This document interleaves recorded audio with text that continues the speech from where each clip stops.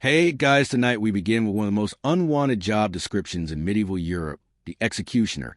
And that's saying something in a time when rat catcher and full-time plague survivor were legitimate career paths, from swinging the sword justice to being curse-feared and socially exiled. The life of a medieval executioner was a strange, brutal paradox. He was necessary, but never welcome, so before you get comfortable, take a moment to like the video and subscribe, but only if you genuinely enjoy what I do here. And let me know in the comments where you're tuning in from and what time it is for you. It's always fascinating to see who's joining us from around the world. Now dim the lights, maybe turn on a fan for that soft background and let's ease into tonight's journey together. So you've just been born. Congratulations, you're the newest addition to a proud medieval family of executioners. That's right, while other babies are wrapped in linen and destined to become bakers, butchers, or if they're lucky monks, you are gently placed in a cradle next to a wet stone, and an axe is not a rattle. You're shaking the future in the Middle Ages. Execution wasn't a job you applied for. There was no town hall resume submission. It was inherited like a really cursed family heirloom. If your father was the executioner, you were the next in line. Simple, no room for career changes, no hopes of becoming a traveling bard or a slightly sad shoe maker. Your path was laid out, and it ended at the chopping block. From a moment you're old enough to walk, you're already getting side-eyed by villagers. Other kids run from you at the well. Adults lower their voices when you walk by, as if your tiny toddler hands are already soaked in symbolic blood. Spoiler, they are symbolically, of course, for now you grow up in a house where the family dinner table conversations are less "how was your day?" and more "how many strikes should it take to get it clean?" Theirs no escaping it. Your toys might include miniature gallows, and your bedtime stories involve phrases like drawing and quartering instead of happily ever after. And it's not just a job, it's the reputation. You could be the kindest, most literate, soft-spoken child in the kingdom, and people would still treat you like you sneak into homes at night, whispering threats to chickens. Your very surname might mark you. In some towns, entire family lines of executioners were labeled, tracked, and sometimes forbidden from entering churches, bakeries, or public baths. Hygiene and salvation not for you. But hey, there are perks. You'll probably never get bullied too hard. No one wants to mess with the executioner's kid. The fear is real. You might not be liked, but you will be respected in the same way people respect thunder or very sharp knives. So welcome to life. You didn't ask for this, but it's yours now forever. So you've just been born, hooray, a bouncing baby bundle of joy, swaddled in wool, baptized in holy water, and immediately cursed with generational trauma. You're the newest member of a family of executioners, medieval society's most necessary, yet least invited profession. While other children are destined to churn butter or one day inherit a sheep farm, you've been born into one job that guarantees everyone will avoid you like a coughing stranger during a plague year. Your future is such sharp metal public crowds and a lifetime of being the guy no one makes eye contact with even when you're 6. And no, you don't get to choose. Executioner isn't something you apply to be. There's no medieval job fair with booth that says love, justice, hate, popularity, inquire within. If your dad swung the axe, guess what you're swinging after puberty. Even as a toddler, villagers whisper. When you pass, you haven't even committed your first decapitation, and you're already treated like you bite livestock to blacksmiths.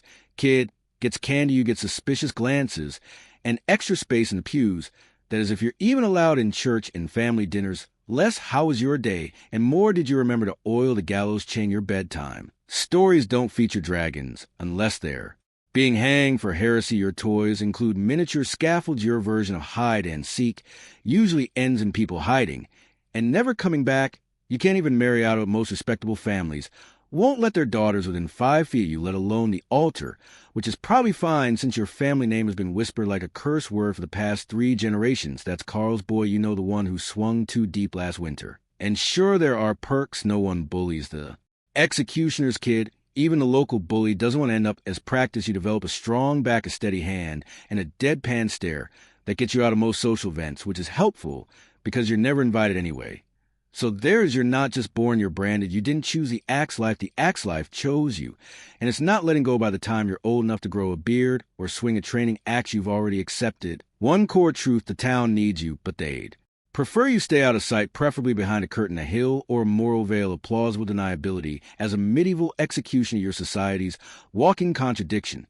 You do the work no one else dares to do, and for that you're rewarded with silent suspicion, an occasional terrified blessing. From 10 feet away, people talk to you like you're a haunted well, useful in a crisis, but deeply unsettling the rest of the time need. Someone publicly disemboweled the town, calls you need someone invited. To their daughter's wedding feast, not a chance you're the final solution. To every problem the sheriff doesn't want on his conscience. And yet once the deed is done, and the head rolls into hay, everyone suddenly remembers they had somewhere else to be usually.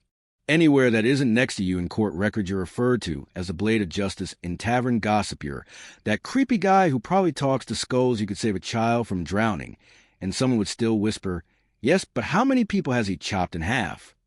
To them you are both punishment and paranoia, a reminder that the law has teeth, big, sharp public ones. And let's not pretend it's just the peasants. Even nobles turn their noses up. They'll pay you in silver and pat themselves on the back for upholding justice. But you'll never be invited to dine in their halls, unless it's to demonstrate proper acts form.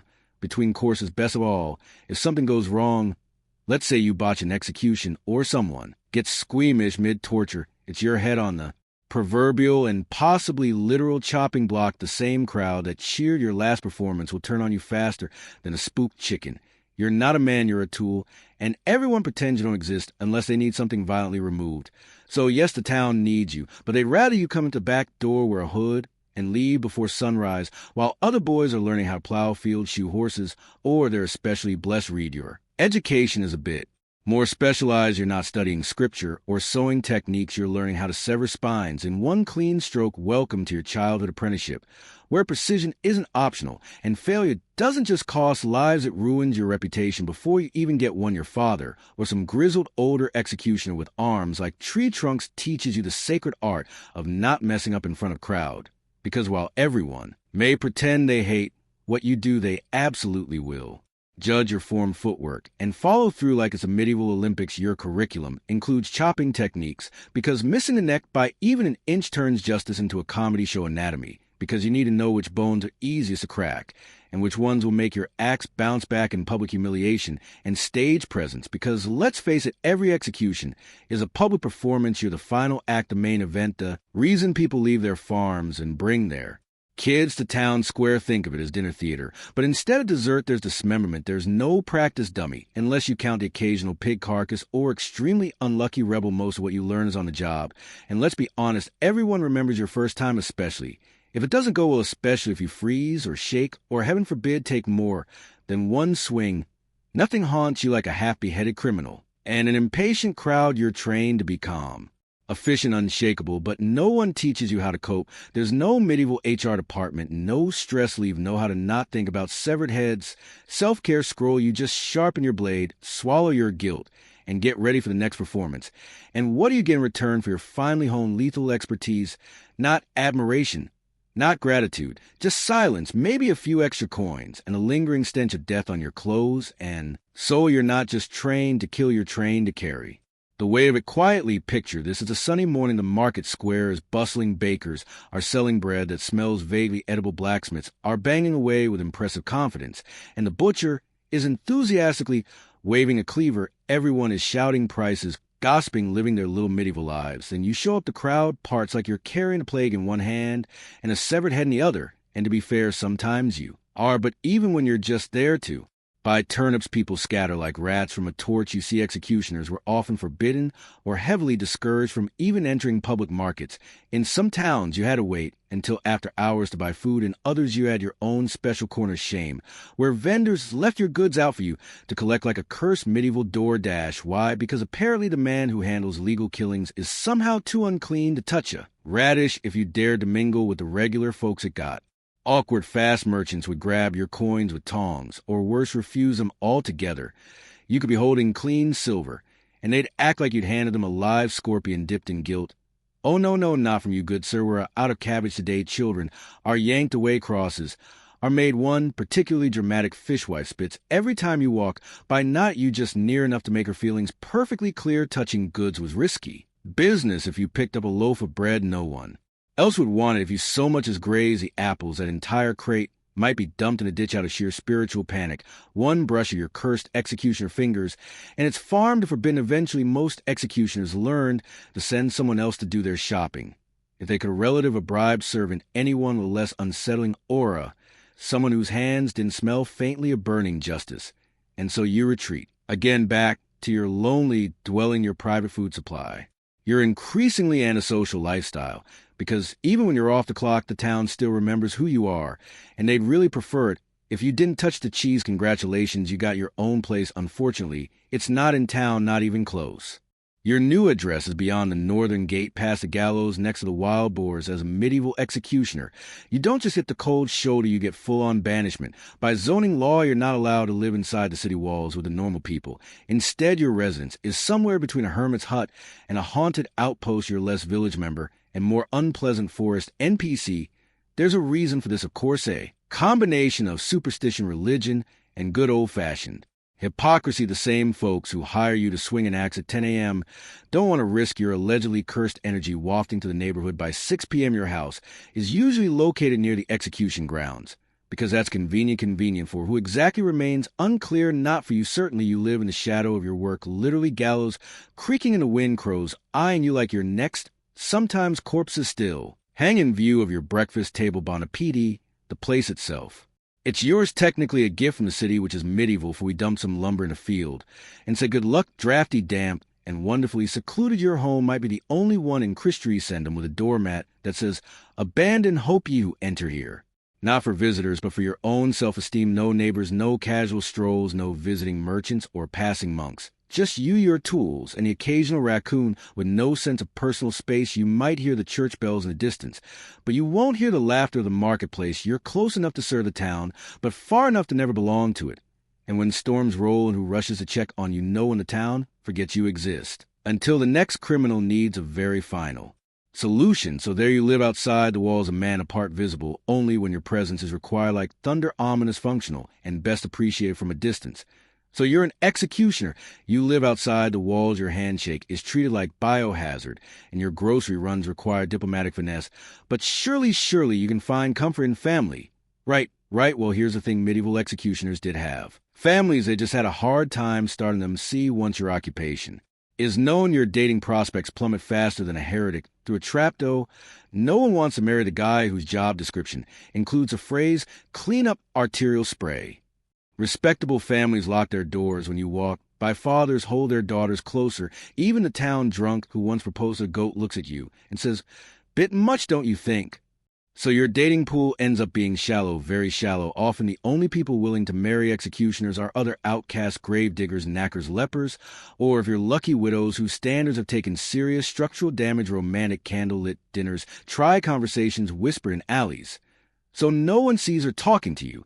And if you do manage to marry and have children, they inherit your profession like a curse sewn into their skin. Sons are trained from youth to swing steel with surgical precision, and daughters, well, they carry the name, which is usually enough to be socially exiled by age 6. It's not so much a family as it is a legally necessary support staff. Your family can't attend festivals, can't walk through town together, can't pretend to be normal for even a single Sunday. If they do go to church, they sit in the back, or they don't go at all. Because even salvation has bounces, and over time that isolation takes a toll. You love your children, sure, but you also pass them a future that smells like blood and loneliness. The family tree doesn't grow, it repeats. Same job, same shame, same invisible wall between you and the rest of humanity. There are no proud portraits, no family crests, just a long line of people who wore hoods not to hide their faces, but because the world never wanted to see them in the first place. So you've executed your duties literally all week. You've LPP'd the offheads, disemboweled a heretic or two, and maybe even cleaned your blade with holy water. Out of sheer anxiety, surely it's time to confess your sins, right? Light a candle, say a prayer, start fresh. Well, not quite in the eyes of the medieval church. You're somewhere between necessary evil and walking contradiction. Yes, you enforce divine justice. Yes, you serve the state and uphold law and order. But also, and this is important, you kill people for a living, which inconveniently is a sin. And so despite doing God's dirty work, you are not exactly welcome in his house. Many executioners were outright denied confession. Some priests wouldn't listen. Others insisted you undergo ritual cleansing before stepping inside the church, which is tricky because no amount of soap washes away a reputation. And don't even think about receiving Holy Communion. That was reserved for clean souls. Yours is more of a permanent stain. It's a cruel irony. You kill with state approval, yet spiritually you're treated like a man who strangles kittens for fun. Even lepers who at least had a medical excuse were often treated with more compassion. Weddings not in the church christenings, maybe if the priest is having a generous day and half the town isn't glaring at him. Funerals, don't count on it. Some executioners weren't even buried in consecrated ground. They got the ditch outside the cemetery walls, prime real estate for exile suicides and people who forgot to tithe. So where does that leave you spiritually? Nowhere. Comforting you spend your life surrounded by death, and yet you have no path to forgiveness. You can't unburden yourself. You can't cry to a friar or light a votive for your sins. Instead, you carry them quietly, heavily. Sometimes you drink, sometimes you scream into the woods, sometimes you just sharpen your blade again, even when you believe you're doing right. When the law is clear, the trial fair, you still go home, unsure whether you're damned by man, by God, or both. Because even in a world where everyone sins, you're the one who made a profession out of it. There's nothing quite like the pressure of performing executions in front of a screaming crowd. It's part justice, part ritual, part public entertainment. And you're the main act. Forget about nerves, forget about bad weather. Crowd doesn't care if your wrist hurts, if your stomach's empty, or if the axe is a little dull from last week's double hanging. They came to see a show, and you're holding the spotlight. And the blade, the goal, is simple. One clean swing, a fast, clean beheading is the gold standard. Anything less, and the murmurs begin. Missed by an inch, the crowd gasps. Take a second swing, they groan a third. Now, they're booing, some are laughing. One kid just started crying. Someone throws an onion. And let's be honest, you feel too ashamed. The failure, the victim still twitching on the block. The blood spurting raw on your boots, sticky with regret. You weren't trained for this part, the psychological shrapnel that comes from turning someone's last moment into a civic embarrassment. Sometimes the axe gets caught in bone. Sometimes a condemned jerks at the last second. Sometimes your hand just slips, and in those moments your entire reputation and possibly your job hangs in the balance. Because here's the thing, no one cares how hard the job is. They just want it to look easy. Executioners are supposed to be clinical, unemotional, precise. If you falter, you risk looking weak. And in a world obsessed with strength, weakness is contagious. And the rumor spread fast. He needed 2 swings. His hand was shaking. The guy suffered. You become a cautionary tale whispered in breadlines. Don't end up like that poor soul, or worse, like the guy who couldn't even finish the job. So you go home, scrub your blade, and relive every mistake, every gasp, every groan. You replay it until your mind is too tired to keep spinning, and even then it lingers, because in your world the axe doesn't just fall and condemned, it hovers over you too every time you step onto that platform. So you've done the deed. The crowd has gas gawked and dispersed. The condemned is headless. Justice is served, and the village square is back to selling cabbage. Time to pack up and head home. Right? Not even close. Being an executioner wasn't just about swinging an axe. That was a dramatic part, the flashy moment. The rest far, Messier, far quieter and far more grotesquely underappreciated, because someone has to deal with the body. And surprise, it's you. You might be asked to burn the body, bury in unconsecrated ground, or stuff it into a shallow grave under the gallows, a medieval equivalent of a garbage chute. No funeral, no ceremony.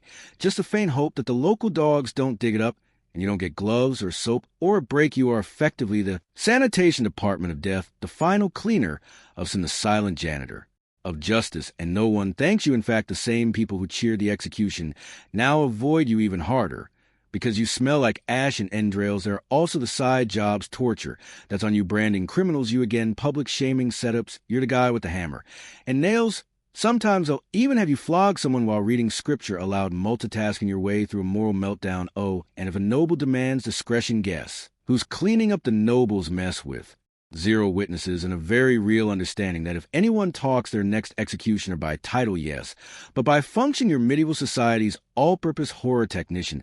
When the crowds disappear, the priest goes silent, and the court scribes head back to their parchment. You stay behind. You finish the job no one else can stomach, for all the fear, revulsion, and existential dread wrapped around your role. Being an executioner does come with one undeniable perk. You get paid. In fact, you're often paid more than your average peasant, sometimes much more. Executions, torture sessions, dismemberment duties, they all come with a tidy purse of silver, add-in bribes for extra discretion or making it quick.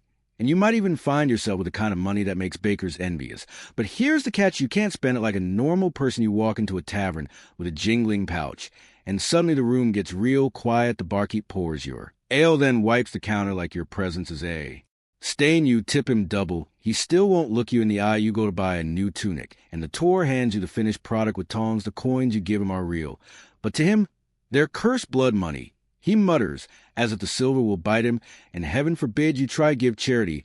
One time you tried donating to the church, they took the donation, then used it to pay someone else to clean the holy relics, just in case sure you can accumulate wealth you might even build a small home with. Actual furniture rare for your class, but the irony, the more you earn, the more isolated you become. You're rich, yes, but rich like a dragon hoarding gold in a cave alone. And fear people assume the money makes up for the stigma, that a heavy purse balances a heavy conscience, but gold doesn't silence nightmares, it doesn't scrub blood from your memory or buy you back your humanity. It just sits there cold, shiny, useless for things that matter you. Don't buy peace with money. In the Middle Ages, you buy silence, you buy space, you buy the right to drink alone at a corner table without being told to leave. And deep down you know the truth. Every coin you carry was bought with someone else's last breath. That's the currency of your life. And no amount of it ever buys forgiveness. In a town of maybe a few hundred people, everyone knows who you are. They know your name, your house, your footsteps, your job. And most importantly, your shadow. They whisper it, that's him, they murmur it as you pass executioner. They pull their children close, as if you might accidentally decapitate someone mid-walk. And yet despite this widespread recognition, no one really knows you. You could have a favorite song, a childhood memory, a surprisingly decent hand at wood carving. But that doesn't matter. Your entire identity is reduced to one roll, the blade. People don't see you. They see what you do, your living job description. Even when you're off duty, just walking to buy onions, people cross the street like you are. Contagious, no one asks. How you're doing, no one asks if. The job weighs on you because they've already decided you don't feel anything to them. You're not a man with doubts. Or regret you're the axe with legs. It's a strange duality. You are known by everyone, yet fully understood by no one. You're present in every courtroom sentence, every hushed bedtime story, every moral lesson whispered to misbehaving kids, but never really invited into the world you serve. When you walk into tavern, voices quiet. When you leave, they rise again. You hear laughter, but never with you. Always after you've gone, there's no, how was your day? No, you holding up all right. No. Do you ever wish it was different? If you speak too much, you're unsettling. If you say nothing, you're cold. If you smile, that's the worst. It's creepy. The man who swings the sword shouldn't be smiling ever. And so over time you play the part, you become a figure. They already believe you are grim, silent.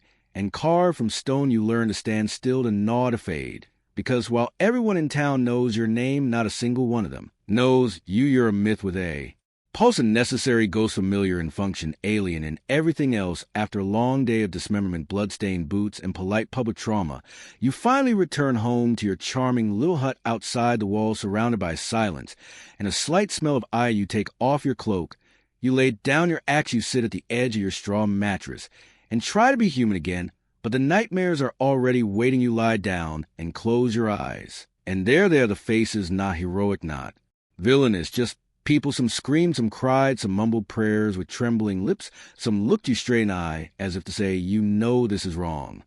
And the worst ones, the ones who said nothing at all, the calm ones, the resigned ones, the ones who accepted their fate faster than you ever could. You relive every swing, you feel every bone crunch, you hear the gasp of the crowd, their disgust, their delight. You see the bodies falling in slow motion like tragic marionettes with their strings cut. There's no escape, not in sleep, not in silence, not in drink. Believe me, you've tried. You start to flinch at everyday sounds. The clatter of firewood, the snap of rope, the creak of wooden stairs, all reminders, all echoes. And you never forget the ones you botched, the blade that hesitated to cut, that went crooked, the moan of someone who was supposed to die faster. You carry that. No one checks on you.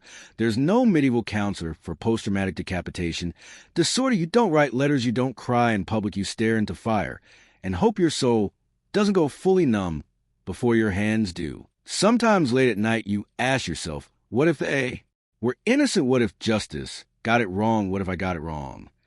But you already know the answer doesn't matter, because the sentence was passed, the crowd gathered, the axe fell, and the nightmare stayed. You were trained to kill, not to grieve, but your dreams didn't get the memo. So you wake up with clenched fists, aching temples, and blood that won't wash away. Because it's not on your hands anymore, it's in your head. The thing no one tells you when you become an executioner is this: you don't retire, there's no farewell feast, no pension, no golden axe mounted on a plaque. You just start shaking one day, or missing, or dreaming too loudly, and the town begins to whisper, not with sympathy, with concern, not for you, for efficiency. Because to them you're not a man, you're a mechanism, a moving part in the justice machine. As long as the blade is sharp and the swing is steady, they nod from a distance and pretend you don't exist. But the moment you falter, the instant your hands tremble on the block, or you take a second too long with the rope, the machine cacks, and they All notice suddenly you're a problem, a liability, not because your soul is unraveling, but because you're disrupting the spectacle. The crowd didn't come to see guilt, they came to see competence. So the town begins its quiet transition. Maybe a younger man, your apprentice, your son. Your distant cousin starts handling smaller jobs, a flogging here, a branding there. Then a hanging, no one tells you you've been replaced. You simply start getting fewer summons. The coin slows, the stares change from fear to faint pity, the most dangerous kind of pity, because it means they've stopped needing you. And when you're finally forgotten, it's not by accident. It's designed. You fade into your cottage outside the walls, your tools rusting. Beside you, your hands, once strong and precise, now tremble. When you lift a spoon, your knees ache from a lifetime of kneeling at the block. And no one comes to visit. Your name becomes an uncomfortable footnote. In village memory, remember old. What's his name? The one with the axe O. Yet didn't he go mad? And when you finally die, probably alone, the church still isn't sure whether to bury you inside the gate or just leave you under a tree somewhere.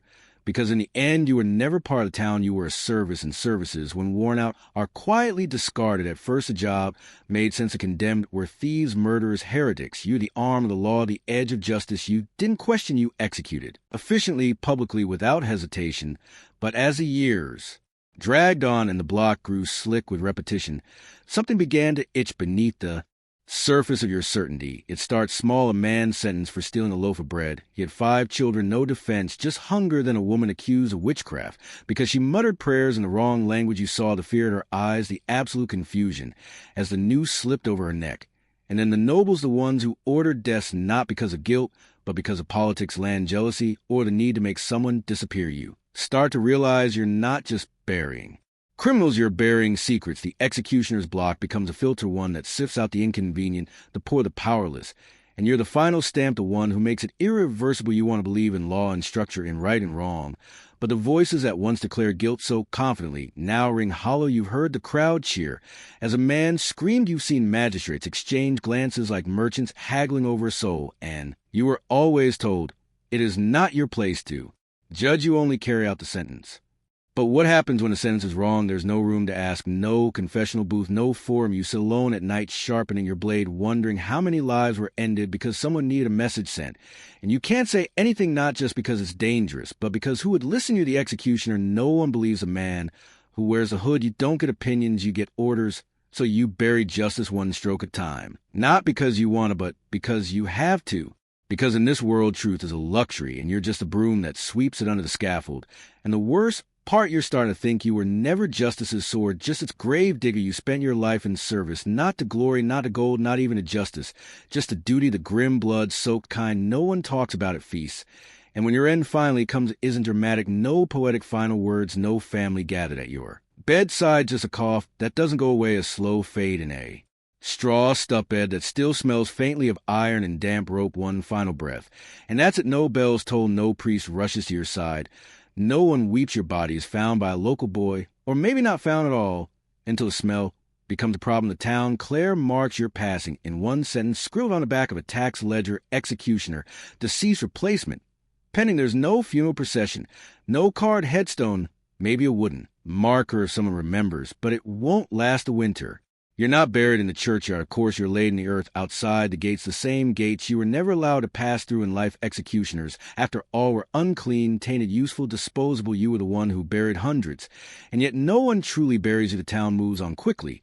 There's always another blade, another son, another poor soul who inherits a job like a curse wrapped in tradition. In the years to come, people might speak of you in fragments, the one who beheaded that bear, and remember the one who drank alone and never looked anyone in the eye. Or worse, what was his name again? Your legacy isn't stories or children or peace. It's silence, it's absence, it's the space you filled that no one wants to talk about. And maybe that's fitting. You spent your life ensuring the guilty were forgotten. You just didn't realize you'd be forgotten with them. So in the end, your death mirrors your life, necessary but never mourned, because in medieval society you were never meant to be remembered. You were meant to be endured. And now you're finally not at all. Started with water running through a ditch on January 24th, 1848. A man named James W. Marshall, working on the American River near Call, California, looked down and saw something strange glinting in the sun. At first, he didn't believe it. It was just a tiny yellow flake. Could have been fool's gold. But no, it passed the scratch test. It was real gold, actual gold. He ran to tell his boss John Sutter, who was less than. Thrilled, Sutter wasn't thinking about riches, he was thinking about land. He was building an agricultural empire, and he knew what a gold discovery meant: chaos, stampedes of strangers, squatter claims, and he ended his carefully laid dreams. So the two men tried to keep a quiet spoiler. They failed miserably.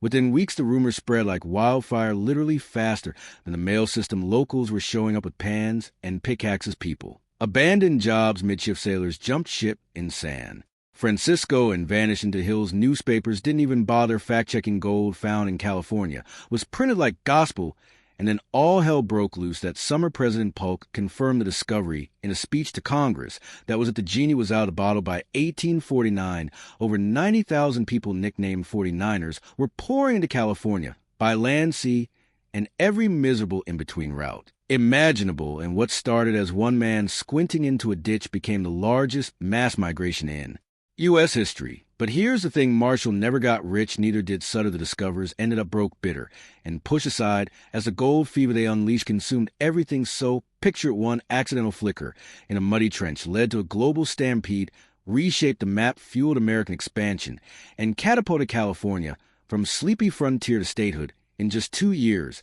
And the irony: the men who found the gold day barely got a nugget. Now that we've set the stage, let's dive deeper into the madness, the migration, and the myths that turned California into the land of golden dreams and broken promises.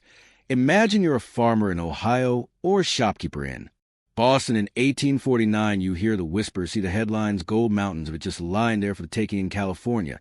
You sell your land, kiss your family goodbye, and start walking literally across the country. That's what thousands did, and just like that, the age of the 49ers had begun. They came in waves from every state, and from places much farther: Latin Americans, Australians, Europeans, even contingent of Chinese miners braving the treacherous Pacific crossing. Some came in covered wagons, enduring cholera, starvation, and every kind of weather hell the West could throw at them. Others boarded creaky ships, took a detour through Panama, and hoped they wouldn't catch yellow fever before boarding another ship north to San Francisco. And San Francisco, a once sleepy port town with maybe 1,000 residents before the rush by the end of 1849, over 25,000 people had flooded in it, was a surreal transformation. Canvas tents popped up faster than buildings. Whole ships were abandoned and turned into warehouses, prisons, and hotels. You could walk to the harbor without touching water, just stepping from one deserted ship deck to another. It wasn't glamorous. Picture mountains of mud, makeshift saloons, overpriced pickaxes, and a real estate market that made Manhattan look like a bargain. But a single egg might cost you threes, a decent pair of boots, good luck. Maybe $100. Inflation ran wild, and scams were more common than gold nuggets, but that didn't matter. The dream was enough. Gold fever had its grip. Some struck it rich in a single afternoon. Others dug for years and died penniless. The rivers of the Sierra Nevada became clogged with miners, each swinging a pan, hoping their next scoop would change everything. This migration changed more than just California. It altered the entire American psyche. Suddenly hard work wasn't just noble, it might make you wealthy. Manifest destiny got shot. Adrenaline. California, barely a blip on the map a year before, was now the promised land, of course. When thousands of desperate men pile into the same few valleys with shovels, things get tense. So you made it. You walked across deserts, survived dysentery, and maybe even dodged a few bandits. You've reached gold country. Congratulations. Now the real misery begins. Mining wasn't a glorious treasure hunt. It was backbreaking, soul-crushing labor. Forget chests full of gold coins. This was hours spent knee-deep in freezing rivers, swirling pans of gravel, praying to find a glimmer. Most didn't. For every lucky strike, there were 1,000 empty pans and 10,000 aching backs. In the early days, it was all about placer mining, scooping gravel from riverbeds and letting water do the work. But as the easy gold vanished, things escalated. Miners turned to rocker sloughs and eventually hydraulic mining, a violent process that blasted entire hillsides apart with water cannons. It tore through the land and poisoned rivers, but it got results. The camps were chaos. Imagine a rowdy collection of tents, makeshift cabins, and saloons, all stitched together by desperation. And mud bathing was optional. Food was scarce. Whiskey was not violence. Simmered under the surface. Arguments over claims turned deadly fast, especially when no one trusted the courts and everyone had a shovel. And then there was a disease, with thousands crammed into unsanitary camps. Cholera and dentri were just part of daily life. If you didn't die from contaminated water, you might die from a poorly cooked squirrel or an infection from Minor cut, there were no real doctors, just a few medicine men with more moonshine than medical knowledge. To top it all off, the prices were absurd. A shovel that cost $2 in New York could run you $30 in the mines. Eggs were luxury items. Laundry, hope you enjoy wearing dirt. And if you struck it rich, good luck. Keeping it, theft was rampant one moment. You had a pouch of gold dust, the next morning it was gone. And so was your bunkmate. But somehow the myth endured. People kept coming to hope to gamble. The raw possibility of it all was enough. Where gold went, people followed. And where people went, chaos wasn't far behind. A gold rush didn't just create mining camps, it birthed entire towns, overnight places like Placerville, Marysville, and Deadwood. Yes, that Deadwood exploded in population faster than anyone could control. They were called boom towns, and the name fit. They boomed into existence and often collapsed just as fast. These were places without laws, without real government, and often without a moral compass. Judges were rare, sheriffs were rarer, and the gold, it made men desperate. If you didn't stake a good claim, someone might steal it. If you did stake a good claim, someone might still try to steal it, or just shoot you. And take it, enter the vigilantes in towns where the law hadn't arrived or had been paid off. Citizens often took justice into their own hands. Vigilante groups formed, sometimes with noble intent, other times with pure greed. Trials could be quick, sentences quicker. If someone was caught stealing gold or cheating at cards, they might be hanged from the nearest tree without so much as a trial. It wasn't justice. It was convenience. The saloons were the nerve centers of these towns. Gambling, drinking, brawling, and the occasional accidental gunshot were all part of the soundtrack. And if you were looking for company, the soiled doves women who'd followed the rush westward ran the bordello, charging premiums for their companionship and surviving in a world heavily tilted against them. Still, not everyone was lawless. Many tried to build real communities. Churches sprang up, schools opened, and newspapers began circulating. San Francisco even formed a committee of vigilance to root out corruption, and ended up becoming more powerful than the actual government. One strange detail: gold wasn't always used for buying things it was too easy to shave off. Instead, people traded in gold dust, literally measured by tiny brass scales on the bar counter. A pinch might get you a meal. A full pouch a night you might not remember. But boom towns weren't built to last. Once the gold dried up, so did the population. Many towns were abandoned, becoming ghost towns almost overnight. While prospectors chased dreams of wealth, others paid a price that was far higher than gold. The California gold rush wasn't just a story of fortune. It was also one of displacement, violence, and racial injustice. And the first to suffer were the Native American tribes. California's indigenous peoples had lived in a region for thousands of years. But once the rush began, they were driven from their lands with brutal speed. Forests were cut down, rivers poisoned by mercury and sediment, and hunting grounds overtaken by miners and boomtowns. Some tribes were forced into servitude under the guise of apprenticeships. Others were outright massacred, state-sanctioned. Militia campaigns were even funded to remove native populations. It was nothing short of a disaster. In just 2 decades, California's native population plummeted by nearly 90%. And then came the waves of immigrants, especially the Chinese. By the early 1850s, tens of thousands of Chinese laborers had arrived in California. Most intended to work, earn money, and send a home to their families. But what they got instead was suspicion, racism, and harsh taxes. In 1850, California passed a foreign miners tax, targeting the Chinese specifically. They were banned from owning land, from testifying against white men in court, and from mining without paying extortion-level fees. Yet despite these barriers, many Chinese miners endured. They formed tight-knit communities, reworked abandoned claims, and even built the backbone of future infrastructure, laying tracks for the Transcontinental Railroad. Just a few years later, Mexican and Latin American miners were also pushed out, often violently, despite having legitimate claims and gold mining experience. They were rounded out of towns labeled greases and stripped of their rights, and African Americans, both free and enslaved individuals, came west seeking opportunity. Some did find it establishing businesses, farms, and even newspapers, but the racial lines were always shifting, and the promise of freedom came with no guarantee. Slavery wasn't legal in California, but loopholes were exploited by Southern slaveholders who brought enslaved people with them. Under other names, the gold rush transformed America, but it also revealed its deepest contradictions. It was a land of opportunity, yes, but only for some. Gold didn't just glitter, it greased the gears of a transforming nation. The California gold rush injected a seismic jolt into the U.S. economy. By 1852, gold exports from California totaled over $80 million. That's billions. In today's dollars, that kind of influx doesn't just fill pockets, it fills banks, backs currencies, and fuels industries suddenly. California wasn't a sleepy western frontier, it was the epicenter of national attention, wealth, and ambition. But there was one big problem. California was a state. It wasn't even organized territory in the traditional sense that had been acquired in 1848 after the Mexican-American War, but governance was a mess. The sudden flood of settlers made it clear something had to be done, and fast. So, in 1850, just 2 years after the first gold nugget was found, California became the 31st state. That's warp speed for U.S. expansion, and unlike many other Western territories, it bypassed the awkward adolescent years as a territory straight to statehood. No waiting in line. But there was a catch. California was admitted as a free state, banning slavery, to send the already fragile balance between free and slave states into a tailspin. The South was furious, the North was energized, and the political tension pushed the nation one step closer to civil war. Meanwhile, back in California, the wealth kept flowing, and not just from gold. Entrepreneurs realized that the miners were the real gold mine. A German immigrant named Levi Strauss began selling tough canvas pants that miners couldn't tear through and invented blue jeans. Leland Stanford sold supplies to miners before going on to help build the Transcontinental Railroad and found Stanford University. That railroad, by the way, became the artery connecting California's gold to eastern markets. Before the railroads, it took months to reach California by land or sea. With trains, a matter of days. The gold rush didn't just spark economic growth, it sparked infrastructure, commerce, and a boom in Western migration. And while California grew richer and more connected, the U.S. realized something else. Whoever controlled the West might just control the future.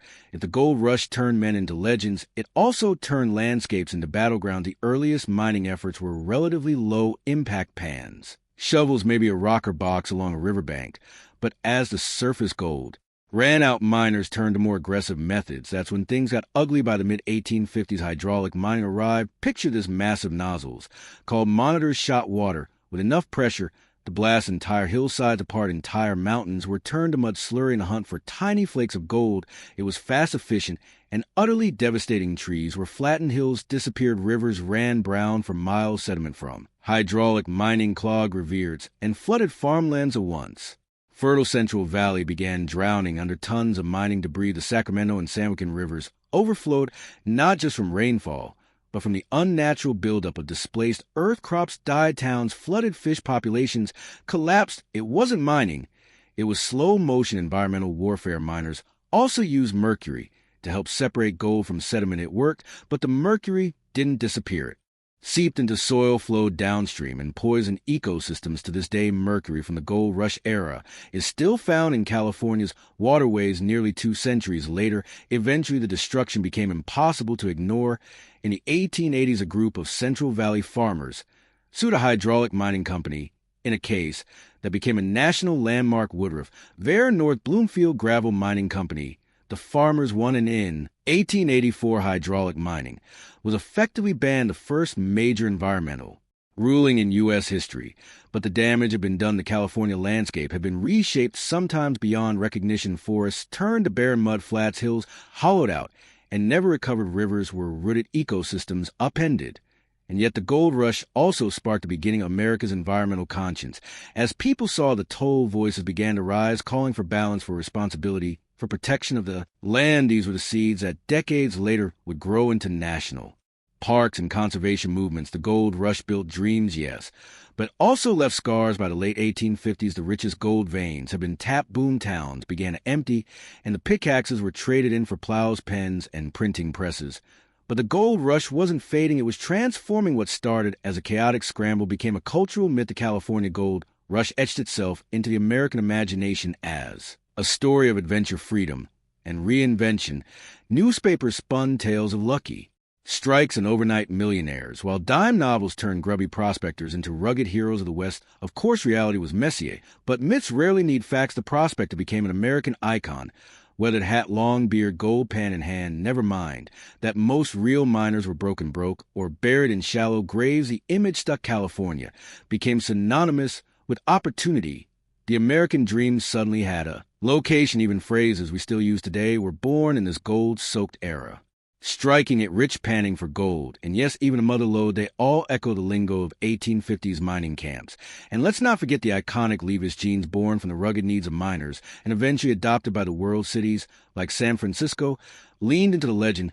What had once been a lawless port now rebranded itself as a gateway to success. Tourism pamphlets spoke of gold country, and old mining towns began, staging festivals, reenactments, and parades celebrating a time that had nearly broken them. The gold rush also deeply influenced American cinema.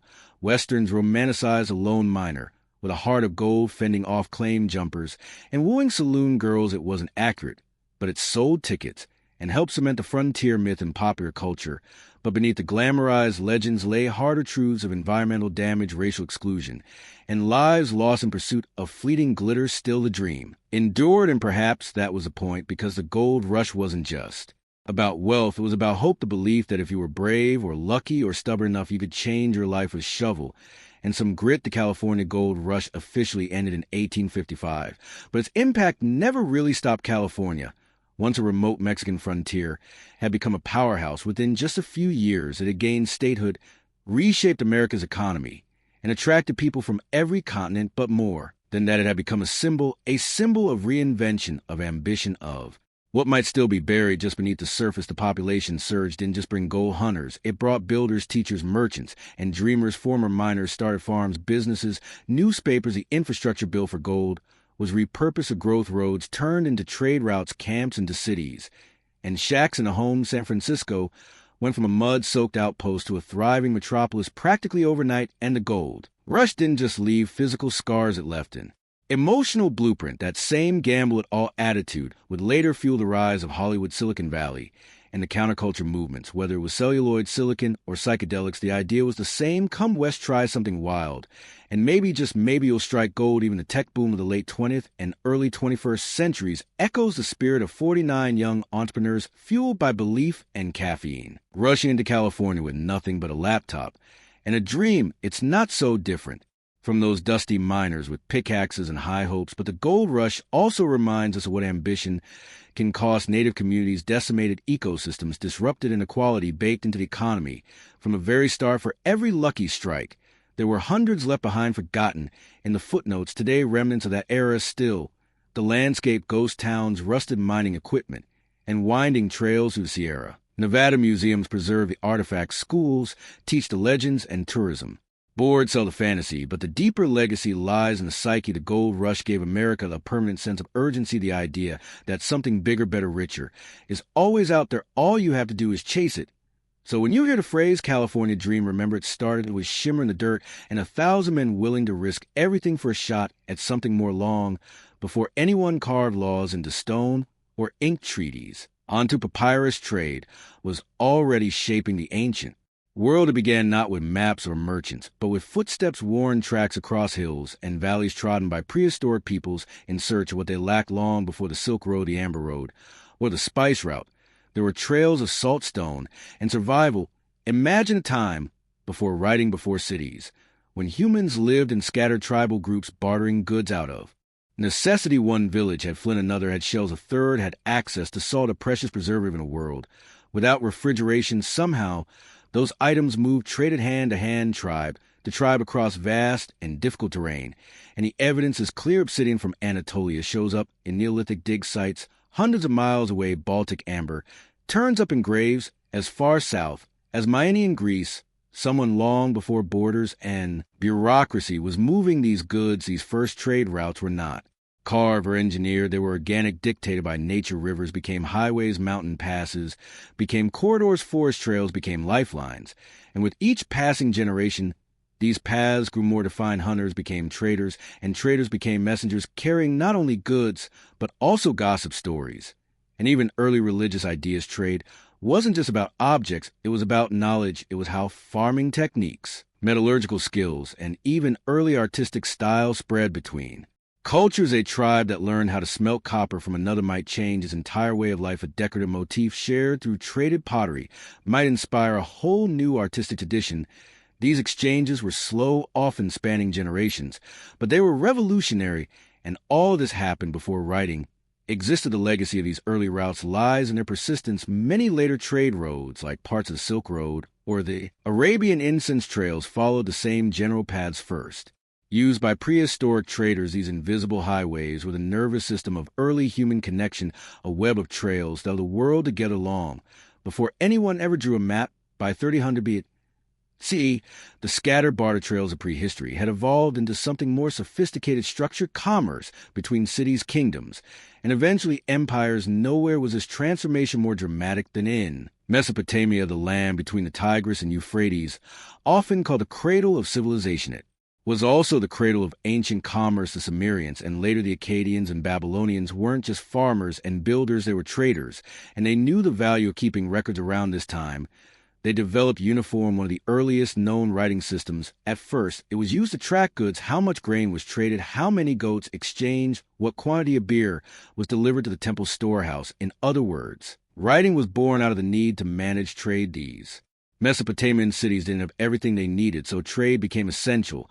They imported timber from the Levant, copper from Oman, tin from Iran, and precious stones like lapis lazuli from what is now Afghanistan. In return, they exported textiles, grain, oil, and intricately crafted goods to merchants who facilitated this trade. Weren't adventurers.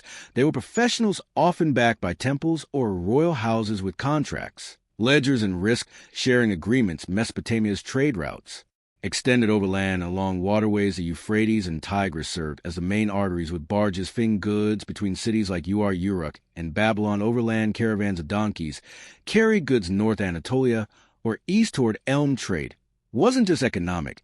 It was political. Alliances were forged through exchange. Kings sent gifts to secure peace, and merchants acted as informal diplomats carrying messages between distant lands. A concept of a merchant class began to emerge. These weren't nobles, priests, or warriors. They were specialists in negotiation, risk, and logistics, and they wielded real influence in time. Their presence became essential to the stability of these early urban economies. Mesopotamia showed that trade could bind cities together, create wealth, and drive innovation. It transformed exchange from necessity to system, from handshakes to contracts. While Mesopotamian merchants ruled the rivers and overland routes of the Near East, another civilization rose to dominate the seas. The Phoenicians. By 1200 BC, these master sailors from the Levantine coast, modern-day Lebanon, and parts of Syria and Israel had transformed the Mediterranean into one of history's most active maritime trade networks. The Phoenicians didn't build empires through conquest. They built them through commerce. Their city-states, notably Sidon and Byblo,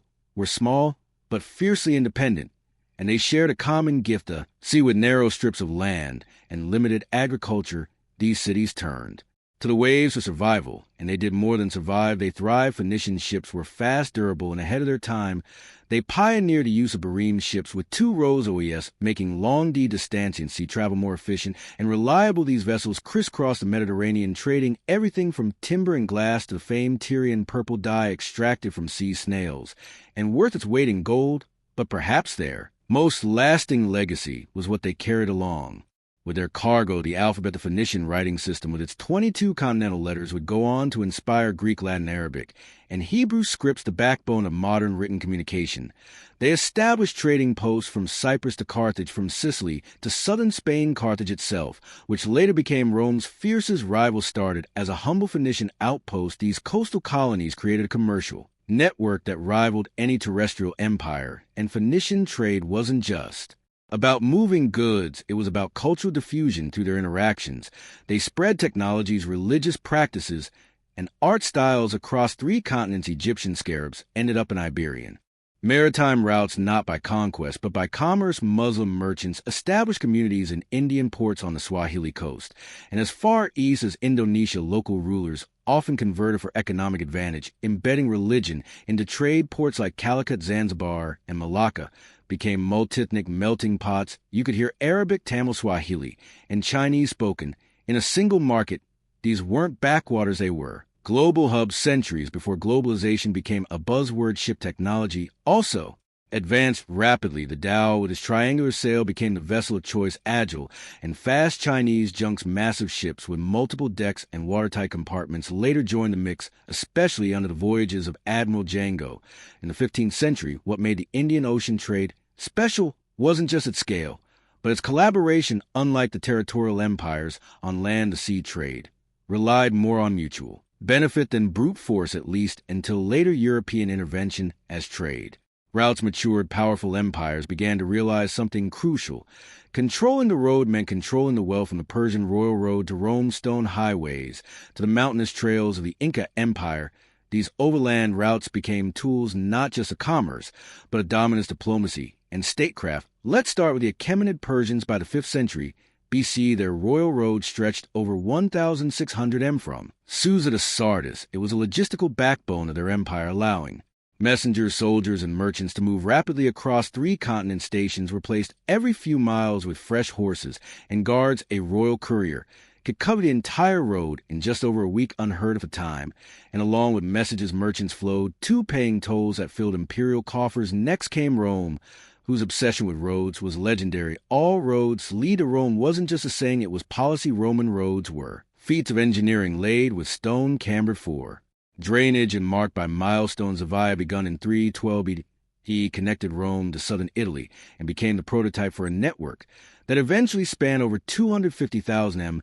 These roads allowed for fast troop deployment, tax collection, and yes, trade goods in the provinces flowed into the heart of the empire. Egyptian grain, Spanish silver, Syrian glass, and African ivory far across the ocean. Another road empire flourished, the Incas. Without wheels or horses, they built one of the most astonishing road systems in the world. The Chapak 9, or Inca Road, spanned over 24,000 m through the Andes. It linked the empire's mountainous spine from Colombia to Chile. Runners called chasquis relayed messages and small goods across suspension bridges and steep cliffs. The Incas used llamas for transport and imposed strict control over who could use the road, ensuring state dominance over trade. In all these empires, roads weren't just about movement, they were about control. They allowed rulers to project power, enforce taxation, and regulate commerce. Traders used them, but always at the pleasure of the state. By the fall of Rome and the rise of medieval kingdoms, many ancient trade routes had decayed or been abandoned, yet the desire for connection and profit never disappeared. In fact, the medieval period saw old routes revived and new ones forged by a surprising cast of characters: religious pilgrims, crusaders, merchant guilds, and ambitious city-states. Religion was a powerful motivator. Pilgrimage routes across Europe, like the Camino de Santiago, became arteries of movement. Pilgrims weren't just carrying faith, they carried money, supplies, stories, and even new ideas. In markets and towns grew along these sacred paths, and local economies boomed. Spiritual devotion kept people moving, and commerce followed. Meanwhile, Islamic empires to the east were thriving. The Abbasid Caliphate transformed cities like Baghdad and Damascus into glittering trade centers. Muslim merchants expanded trade into Sub-Sahara and Africa, Central Asia, and even China, linking the Islamic world to the revived Silk Road. Arabic became the lingua franca of trade across 3 continents. In Northern Europe, the Hanseatic League emerged, a powerful alliance of merchant cities like Lübeck, Hamburg, and Bruges. They controlled the flow of goods across the Baltic and North Seas, trading salt furs, grain, and timber.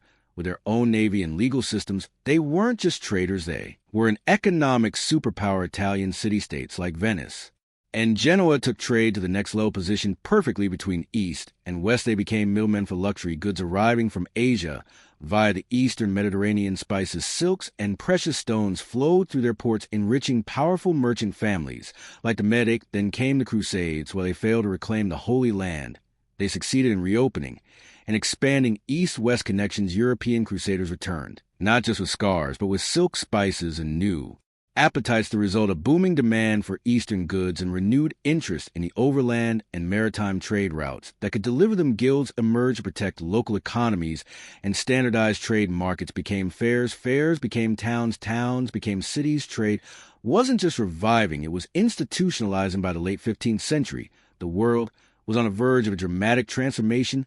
The age of ancient trade routes was giving way to a new era, one driven by sales cannons and global ambition. But the foundation for this seismic shift had been laid over millennia on the backs of camels, ox carts, and merchant ships, guided by the stars. Explosion of maritime exploration, led by Portugal and Spain, was not the beginning of global trade, but its acceleration. Vasco da Gama's sea route to India in 1498 bypassed the land-based Silk Road entirely, undercutting Middle Eastern middlemen and redrawing the economic map.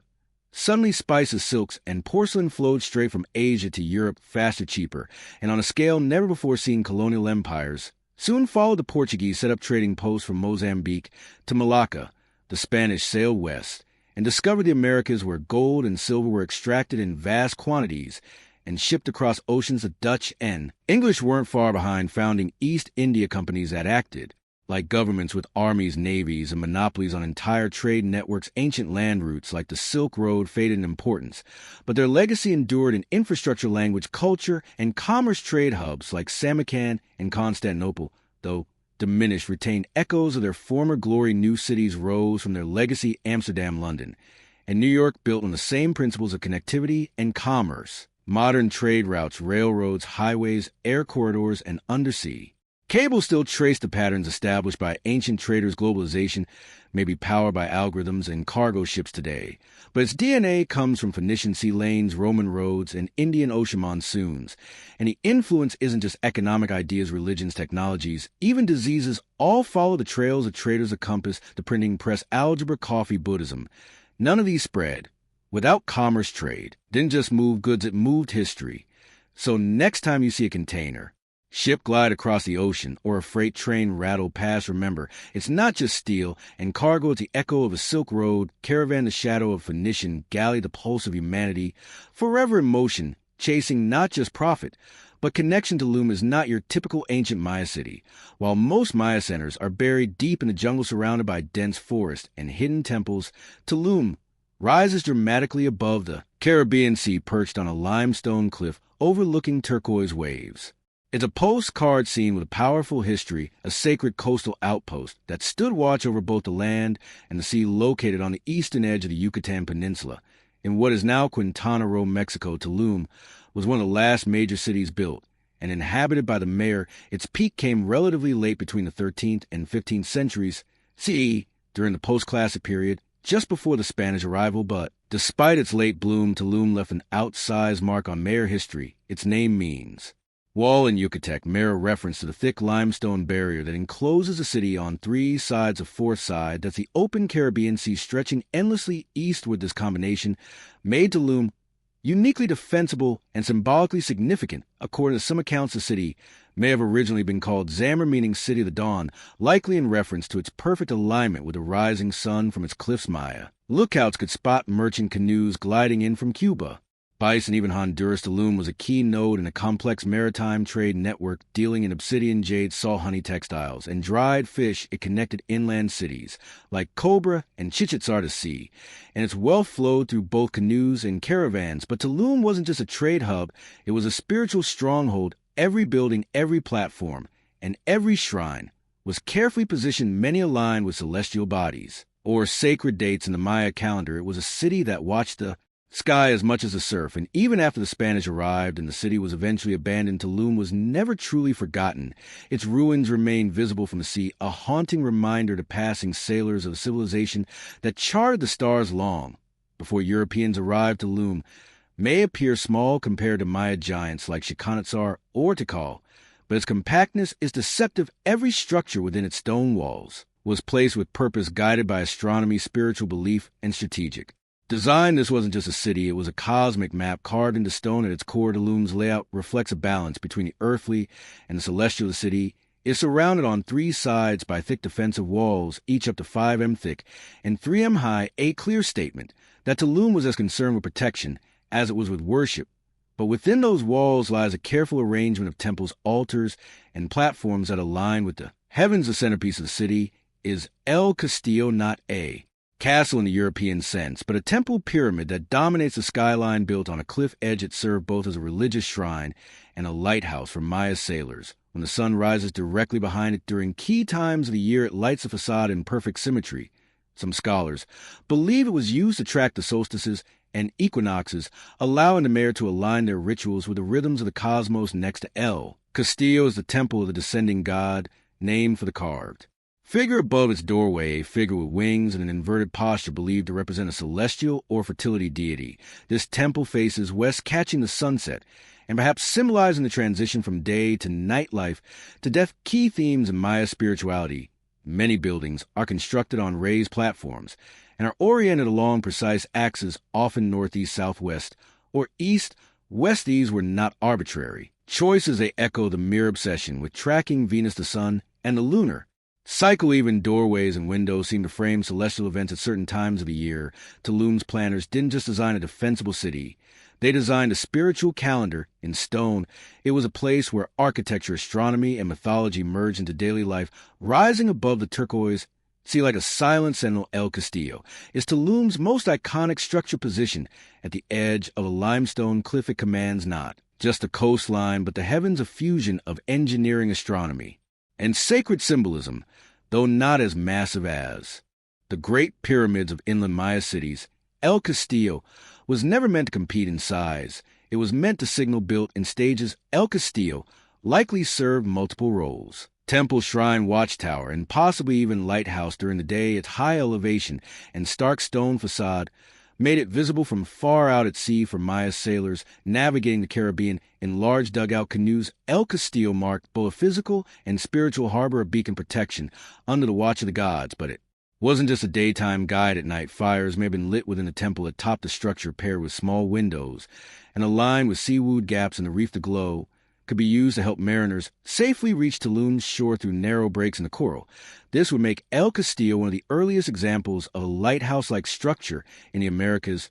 Religiously, El Castillo was likely dedicated to the diving god or the descending god, a celestial figure connected to Venus, the planet that played a central role in Maya cosmology. The Maya believed Venus influenced warfare, agriculture, and the calendar structures like El Castillo were used to track its appearances in the sky during specific dates. In the solar and Venusian calendars, the sun would rise or set directly in line with the temple, bathing it in radiant light, a moment of cosmic synchronization.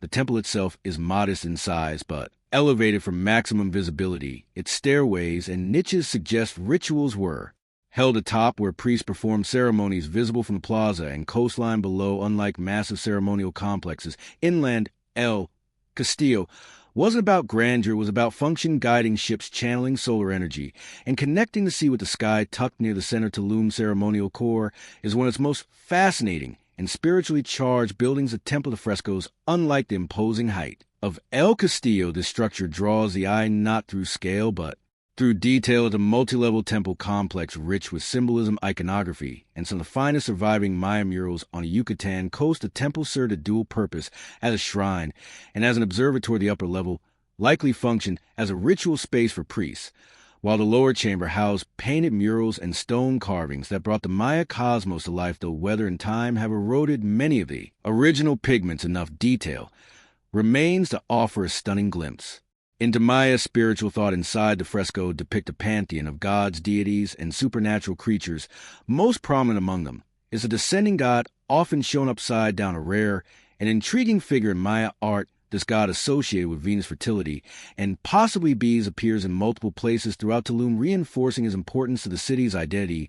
The murals also show scenes of creation, underworld journeys, and cosmic battles. Sky bands, earth monsters, and celestial symbols swirled together in a painted narrative that reflected the Maya view of a multi-layered universe. For the Maya, the world was divided into three parts: the heavens above, the earthly realm, and the watery underworld below, all of which appear in these fresco in striking visual form. On the exterior of the temple is adorned with stucco masks and niches. Some of these likely held offerings or small idols. Columns support the portico, giving the structure an almost Greco-Maya appearance, a rare architectural feature in this region. Astronomically, the temple, the fresco, is thought to have been aligned with key solar events. Windows and sight lines may have marked solstices or equinoxes, helping priests maintain the sacred calendar. It was both a house of worship and a timekeeping device. As functional as it was beautiful among Tulum's sacred structures, none is more enigmatic than the temple of the descending god. Modest in scale, but rich in symbolism, this temple is dedicated to one of the most mysterious deities in the Maya pantheon. A figure depicted upside down, wings or headdress flare descending from the heavens. His image appears throughout Tulum, suggesting a guardian presence, a celestial overseer of the city perched between sea and sky, located just to the west of El Castillo. The temple stands atop a small platform. It features a single-room sanctuary with a narrow stairway and a prominent niche above the doorway, and there in the niche is a defining element, the stucco relief of the descending godhead, first knees bent, arms outstretched as though mid-flight or mid-fall. No one knows his true name, but scholars have linked him to Kinijo, the sun god, or possibly to a deity revered for his role in pollination and honey production, essential elements in Maya agriculture and ritual. The descending posture is rare in Maya art, and architecture, typically deities, are shown upright enthroned or in combat, but here the inverted figure suggests a spiritual inversion of messenger.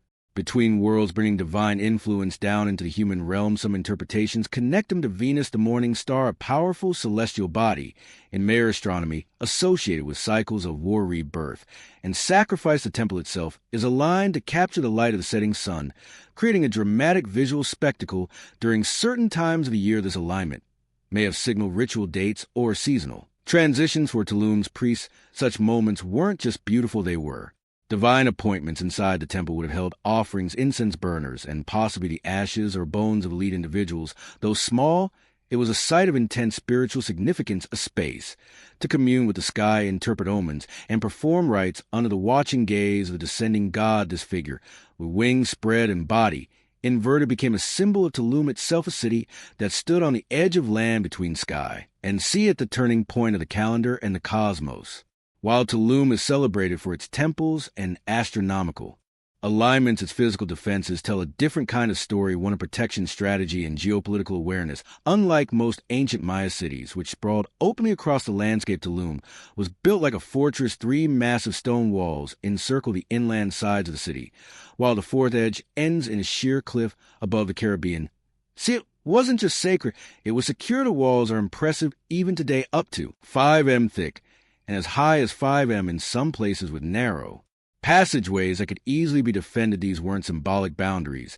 They were practical military installations built to repel raiders, pirates, or rival city-states. The entrances were small and few, forcing any intruder to enter single file. Vulnerable and exposed, strategically placed along the perimeter were watchtowers, squat round buildings with small windows or slits that offered clear lines of sight over the land and sea. From here, guards could spot approaching canoes long before they reached shore. These towers may have also doubled as communication points, using smoke or fire signals to alert the city's elite of any threat or arrival. But these defenses also had a spiritual dimension to the Maya. Walls didn't just keep enemies out, they separated the sacred from the profane.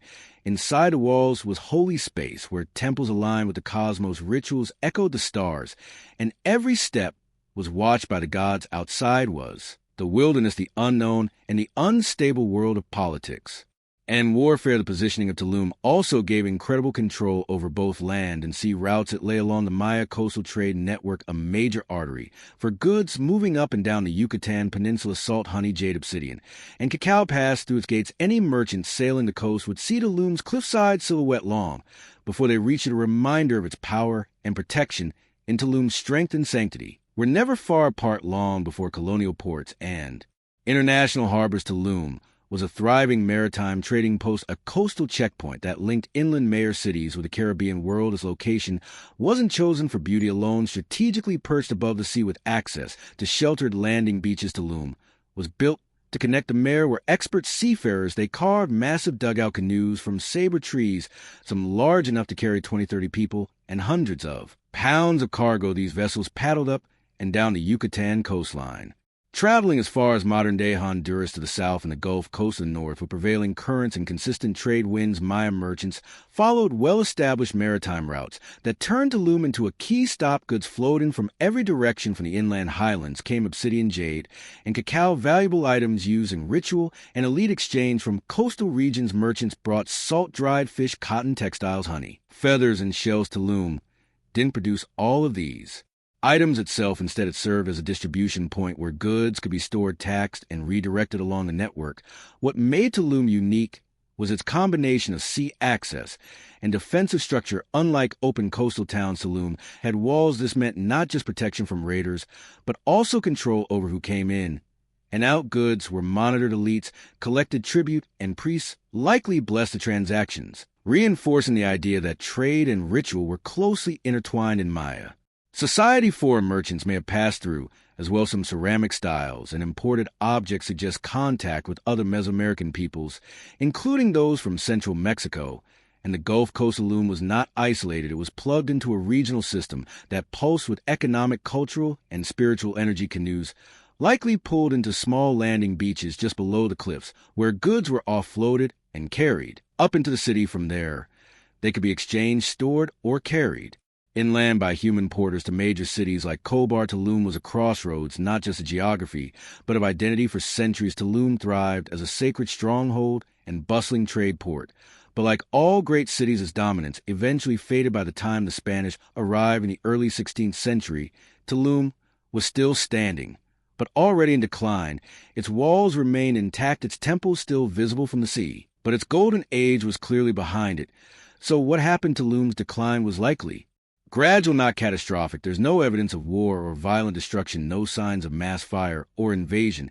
Instead, it seems the city slowly lost its strategic importance as trade networks shifted and larger inland centers like Chikanitsar and Mayapan rose, and Tulum's influence began to need the economic arteries that once flowed through its gates may have rooted elsewhere. There's also the broader context of Maya civilization. By the late post-classic period, many Maya cities were already experiencing political fragmentation, shifting alliances, and declining populations. Environmental stresses, including droughts and soil exhaustion, likely contributed to the instability across the Yucatan. These factors would have rippled out to Tulum even if it was more coastal and less dependent on agriculture. Then came the Spanish. In 1518, Spanish explorer Juan de Gralva sailed past Tulum. His crew noted the city's tall stone buildings and imposing walls. They were struck by its scale and structure.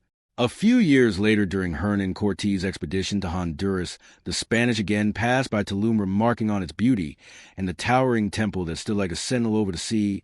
But they did not stop to conquer it, not right away. By the end of the 16th century, however, Tulum was abandoned, whether through disease, disruption of trade, or the cultural upheaval brought by